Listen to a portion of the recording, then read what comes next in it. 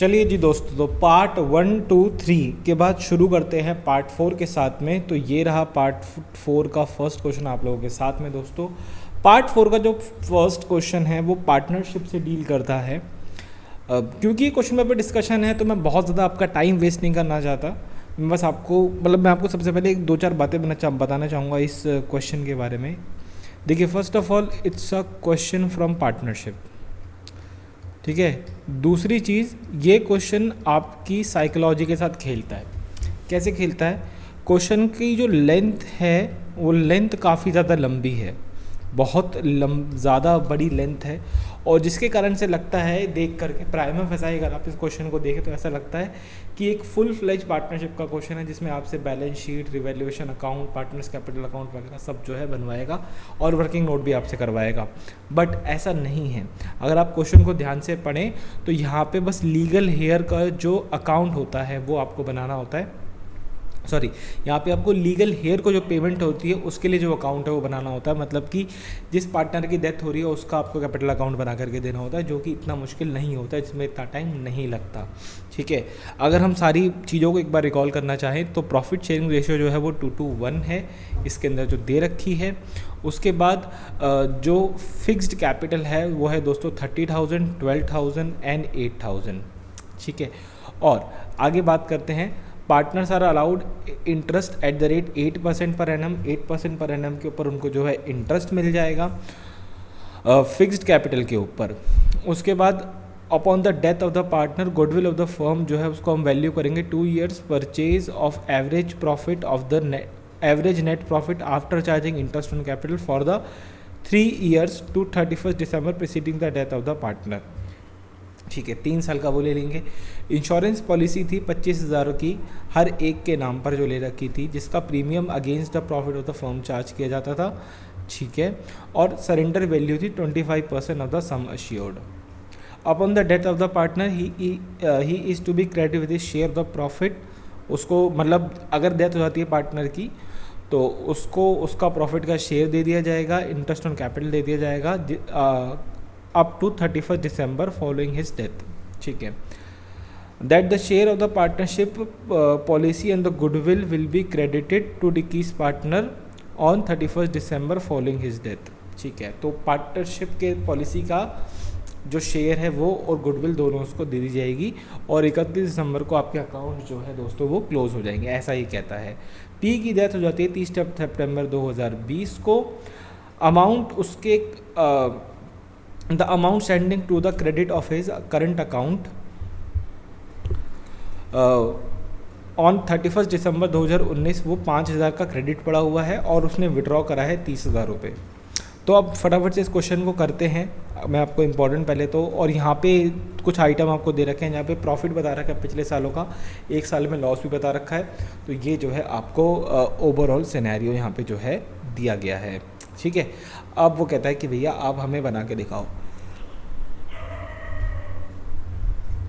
Now सबसे पहले आपको एक वर्किंग नोट बनाना है जिसमें आपको गुडविल की कैलकुलेशन कर लेनी है, जिसमें आप पिछले 3 साल के प्रॉफिट अपने ले लेंगे। मैं मानता हूँ कैलकुलेशन पूरी दिख रही होगी। पिछले 3 साल के आप अपने यहाँ पे प्रॉफिट ले लेंगे, 1 साल लॉस है, उसके ऊपर इंटरेस्ट। अब इंटरेस्ट जो है हर साल सेम का सेम रहेगा, क्योंकि फिक्स्ड कैपिटल मेथड यूज़ हो रहा है, तो कैपिटल के ऊपर वही 8% इंटरेस्ट कैलकुलेट करेंगे जो कि फिक्स रहेगा। प्रॉफिट ये था, उसमें से इतना हमने इंटरेस्ट पे कर दिया तो हमारे पास इतना बचा। ये अमाउंट है 25,340 और ये अमाउंट है 22,470, ठीक है। और इस साल का लॉस था, तो टोटल हमारे पास जो अमाउंट आ गई, नेट प्रॉफिट आ गया ये। उसका हमने कर लिया सबसे पहले एवरेज 3 साल की, और एवरेज आ गई 11,830। 11,830 हमारी एवरेज आ गई। उसमें से जो पी है उसका जो शेयर है वो हाफ़ है, यानी कि 11,830 में से हाफ़ लेस हो गया। उसके बाद हम प्रॉफिट निकाल लेंगे, जिसमें से पी का प्रॉफिट तो 25,000 की पॉलिसी उसकी थी वो हो गई, और क्यू आर उनका 25,000 की पॉलिसी का 20% इनको मिलेगा शेयर होने के कारण, तो 20% जो है यहाँ पर आ गया। तो पी का शेयर जो हो गया वो हो गया 17,500। 20% ये एक्चुअली दोस्तों सरेंडर वैल्यू है, जो अभी क्वेश्चन में मैंने आपको बताई थी कि सरेंडर वैल्यू होगी, तो सरेंडर वैल्यू मिलेगी क्योंकि ये दोनों तो जिंदा हैं, और पी का शेयर का 17,500 यहाँ पर वो आ गया। अगर हम पी का प्रॉफिट शेयर बताएं, क्योंकि देखो हमें उसको देना क्या क्या है, फर्म के अंदर प्रॉफिट का शेयर देना है, गुडविल देनी है और जो पार्टनरशिप पॉलिसी है वो देनी है। तो तीनों की हमने कैलकुलेशन निकाल ली जो हमें पी को जो है उसके अकाउंट पे देनी है। तो इस साल का जो प्रॉफिट है 2020 का जो प्रॉफिट है वो 13,070 है। इस साल का फिर इंटरेस्ट निकाल दिया 4,000 रुपये प्रॉफिट में से, टोटल प्रॉफिट बच गया 9470। उसमें से पी का शेयर कितना हो जाएगा, अगेन हाफ कर देंगे, 4735 उसका शेयर हो जाएगा। इतना सब कुछ करने के बाद आपको बनाना है पीस कैपिटल अकाउंट, जिसके अंदर सबसे पहले आप उसका बैलेंस पीडी लिख देंगे 30,000 रुपये, जो कि उसका बैलेंस चल रहा था। उसके बाद उसका जो करंट अकाउंट है उसके अंदर क्या करंट अकाउंट में क्या हो रखा था कि उसके करंट अकाउंट का 5,000 का क्रेडिट बैलेंस चल रहा था और भाई साहब ने 30K विड्रॉ करके डेबिट बैलेंस बना रखा था। ठीक है, तो 25,000 का नेट जो है डेबिट बैलेंस आ गया वहाँ पर। उसके बाद एक अनरिकॉर्डेड लाइबिलिटी थी। ये लाइबिलिटी एक्चुअली 6,000 रुपये की थी, बट क्योंकि पी का जो है हाफ शेयर है, पी का जो शेयर है वो 1/2 है, तो उसके अकाउंट में वो सिर्फ उसका 3,000 रुपये का अमाउंट जो एक्सेप्ट करेगा, तो वो 3,000 रुपये हमने यहाँ पे जो है दिखा दिए। उसके बाद हम पी को उसका शेयर देते जाएंगे, जैसे कि इंटरेस्ट ऑन कैपिटल 2,400 रुपये आ गया, प्रॉफिट ऑन शेयर इतना आ गया, गुडविल जो हमने अभी निकाली 11,830 आ गए, इंश्योरेंस कंपनी से उसको मिले 17,500, जिसकी मतलब ये तीनों सामने हमने वर्किंग नोट पीछे अभी देखे तो उन वर्किंग नोट का हमने अमाउंट यहाँ पे डाली और बैलेंसिंग फिगर निकाली 31,465 रुपये। ये हम पी के एग्जीक्यूटर को बैंक के थ्रू पे कर देंगे, दैट्स इट। इस तरह से आपका ये वाला क्वेश्चन जो है दोस्तों सॉल्व होना था। बात करें अगले सवाल को लेकर के, जो कि आपका 4B, बड़ा ही बेसिक सा और बड़ा अच्छा सवाल है। मैं चाहूँगा ये आपको समझाने की बजाय पूरा मैं आपसे बस डिस्कस कर लूँ इसमें आपको करना क्या था, क्योंकि इसमें ऐसा करना कुछ खास है नहीं। ठीक है, इसमें देखो दोस्तों, अगर मैं आपको इस तरफ छोटा समझाना चाहूँ तो बेसिकली इसमें आपको एक इनकम एंड एक्सपेंडिचर अकाउंट बनाना था, जिसमें आप यहाँ पे अपनी एक्सपेंडिचर बता देते हो और यहाँ पे आप अपनी इनकम बता देते हो। ठीक है, ऐसे आप अपना काम करते हो, जिसमें आपको बस ध्यान देना है 2-4 चीज़ों के ऊपर। वो 2-4 चीज़ें भी क्या है मैं आपको बता देता हूँ। मैं वही सोच रहा था कि मैंने शायद कुछ कॉन्सेप्चुअली गलत लिख दिया है। वो गलत ये लिखा है कि इनकम एंड एक्सपेंडिचर आपको अकाउंट बनाना होता है, और जिसमें आप यहाँ पर अपने एक्सपेंसेस लिखते हो और यहाँ पे आप अपनी इनकम लिखते हो। Income and expenditure account is like a profit and loss account. नाम थोड़ा सा बस चेंज कर दिया, इससे ज़्यादा कुछ भी नहीं है। ठीक है, अच्छा, अब अगर मैं आपको ये क्वेश्चन दिखाऊं जो आपके सामने है ही इसमें से, तो इसमें आपको इनकम एंड एक्सपेंडिचर अकाउंट में क्या क्या लेके जाना है वो आपको बेसिक पता होना चाहिए। ये कैपिटल और लोन को छोड़ दो, बाकी ये सारा हिस्सा आपका जो है इनकम है इस पर्सन की। ठीक है, ये आपका इनकम पोर्शन में चला जाएगा। उसके बाद ये सारा हिस्सा आपके इनकम पोर्शन में चला, ये मेडिसिन जो परचेज़ करी है, सर्जिकल इक्विपमेंट नहीं जाएंगे, मेडिसिन जो परचेज़ करी है, क्योंकि ये एसेट होते हैं, सर्जिकल इक्विपमेंट एसेट होते हैं, आपको पता होना चाहिए। मोटर कार, ठीक है, मोटर कार के एक्सपेंसेस चले जाएंगे, vigilance salaries, rent of clinic, journal charges, house hold expenses नहीं जाएंगे, हाउस होल्ड फर्नीचर नहीं जाएगा, ये भी नहीं जाएगा, इंटरेस्ट ऑन लोन चला जाएगा, बैलेंस एट बैंक नहीं जाएगा और कैश इन हैंड भी नहीं जाएगा। तो ये सब आप जो है एंट्री डाल लेंगे। इसमें आपको इंपॉर्टेंट ध्यान में क्या रखना है, इंपॉर्टेंट जो इसमें यहीं बताया गया, मैं आपको यहीं से बता देता हूँ। इसमें एक मेडिसिन परचेज़ का पॉइंट है कि भाई वो मेडिसिन परचेज़ करता है, और देखो यहाँ पे लिखा हुआ है कि उसने मेडिसिन खरीदी है साल भर में 2,45,000 रुपये की। ठीक है, और क्वेश्चन आपसे खुद से ये कहता है कि भैया उसके पास जो स्टॉक ऑफ मेडिसिन है वो 95,000 का बचा है, तो 95,000 आपको लेस करने हैं, और अब जो अमाउंट आएगी मैं एक मिनट कर लेता हूँ, 245 माइनस 90, 1,55,000 ये आपके इनकम एंड एक्सपेंडिचर अकाउंट में एक्सपेंस बुक होगा। क्यों? क्योंकि वो 2,45,000 रुपये की मेडिसिन खरीद के लाया है साल भर में, और उसके बाद साल के अंत में 95,000 की मेडिसिन बची है। अब आप कहोगे तो इन्वेंट्री है, इसके ऊपर प्रॉफिट नहीं, ऐसा कुछ भी नहीं है। बिकॉज कोई भी आपको ना इन सब क्वेश्चनों को करते वक्त, स्पेशली जो ये वाले क्वेश्चन होते हैं ना सिंगल एंट्री वाले, इसमें आपको करते वक्त ये ध्यान बहुत ज़्यादा देना पड़ेगा। आपको थोड़ा सा उस पर्सन के बिजनेस के अकॉर्डिंगली सोचना पड़ेगा। जो डॉक्टर मेडिसिन खरीदता है वो उसके ऊपर कोई प्रॉफिट नहीं कमाता।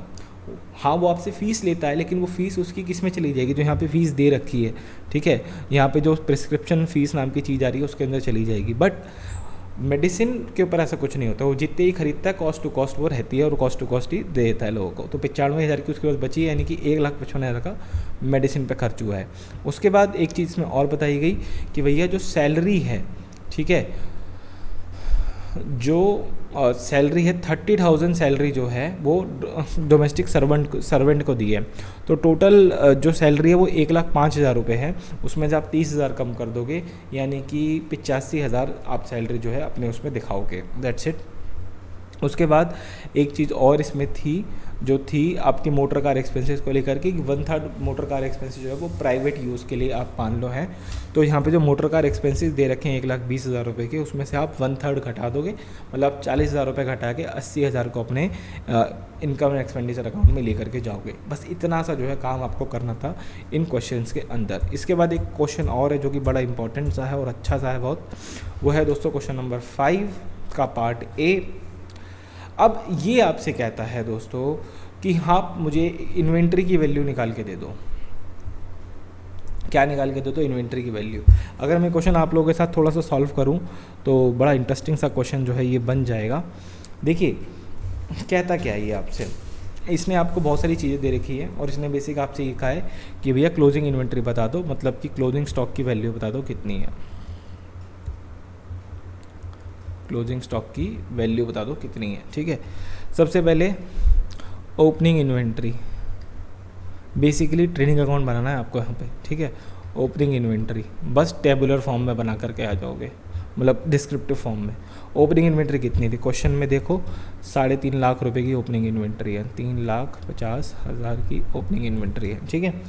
उसमें से अब यहाँ पे इन्होंने एक चीज़ बोली है, सबसे पहले हम एडजस्टमेंट देखते हैं कि at the time of valuing inventory on 31 मार्च 2019, मतलब 31 मार्च 2019 लास्ट में एक 20,000 रुपये का आइटम, 20,000 रुपये राइट ऑफ मारे थे एक आइटम के ऊपर, जो कि ओरिजिनली 55,000 का खरीदा था और उसको 50,000 रुपये में बेच दिया। तो 55,000 का आइटम खरीदा था, उसको में से 20,000 रुपये राइट ऑफ कर दिए थे। इसका मतलब उसमें अब हम क्या करेंगे, हम एक लेस करेंगे आइटम एबनॉर्मल इन्वेंट्री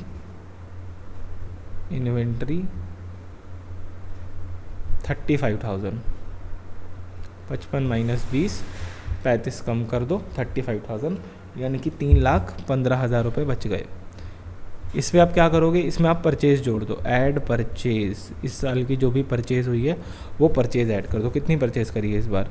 12 लाख रुपए की परचेज़ करी है, 12 लाख की परचेज़ कर दी।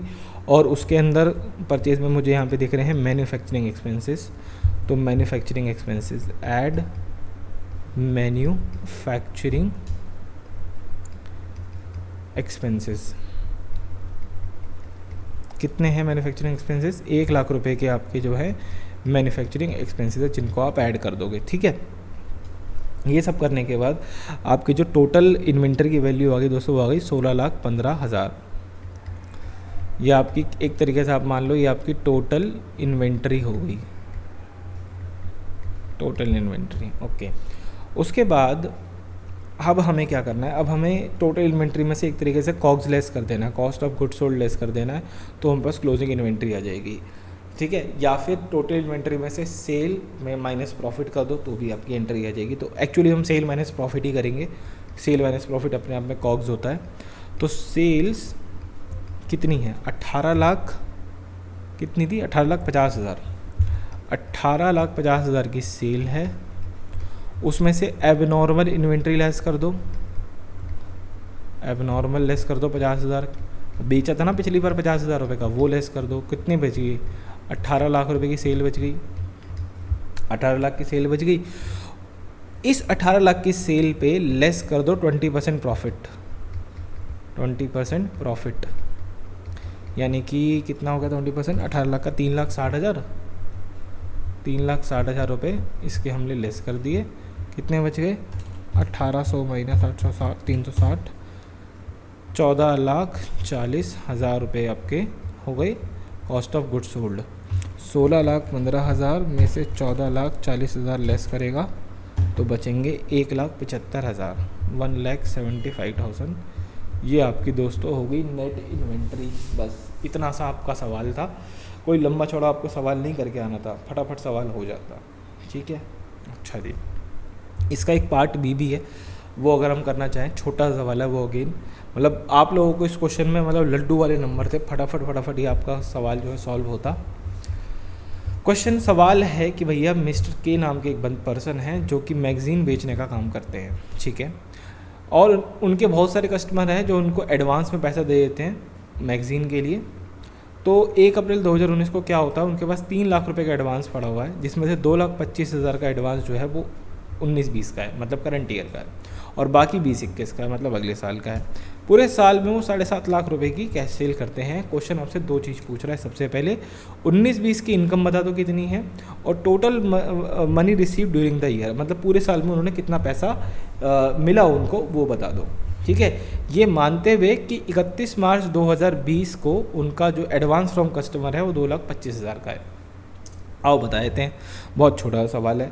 सबसे पहला income of the year, income of the year बता दो कि इस साल का कितना इनकम उनको हुई।